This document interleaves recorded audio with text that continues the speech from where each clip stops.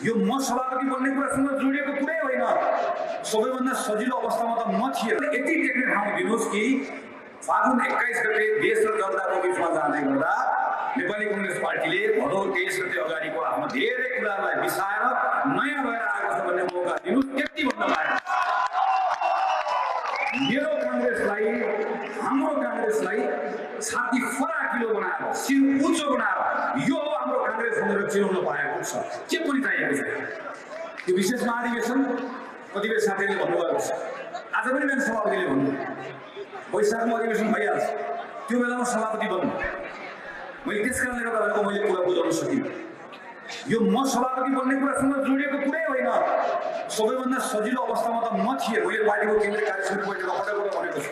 म त अहिले महामन्त्री छु, विश्वप्रकाश शर्मा महामन्त्री हुनुहुन्छ। हामीहरू त्यसै पार्टीको संसदीय समितिभित्र छौँ। हामीले चुनाव लड्छु भन्दै गर्दा 4वटा 5वटा 6वटा 7वटा ठाउँबाट साथीहरूले मेरो क्षेत्रमा चुनाव लड्दै भनेर बोलाएकै छन्, माया गरेकै छन्। हाम्रो बारेको चिन्ता हो र? हामी अहिले हामी बाहिर सडकमा छैनौँ, अहिले पनि हामी पदमा छौँ। हाम्रो बारेको चिन्ता नै होइन। हामी त जोखिम उठाउन खोज्दैछौँ। मलाई केही साथीहरूले के सुझाव दिइराख्नु भएको थियो भने यो चुनाव त कांग्रेस गयो, बरु तिमी चुप लागेर सबै सभापतिको टाउकोमा हाल्यौ, नीति पनि फेरिएन, नेतृत्व पनि फेरिएन, त्यस कारणले गर्दा चुनाव गयो भनेर भन्न तिमी कुरेर बस। आफू चुनाव जित्नतिर लाग, चुनाव जितेर आऊ, कांग्रेस सानो हुन्छ, त्यसपछि गएर पैसाको महाधिवेशनमा अब मत चाहिन्छ भनेर आऊ। मैले त्यही कुरालाई लिएर पार्टीको केन्द्रीय कार्यसमितिको बैठकमा, केन्द्रीय कार्यसमितिको बैठकमा पनि पटक पटक दोहोऱ्याएर भनेको थिएँ।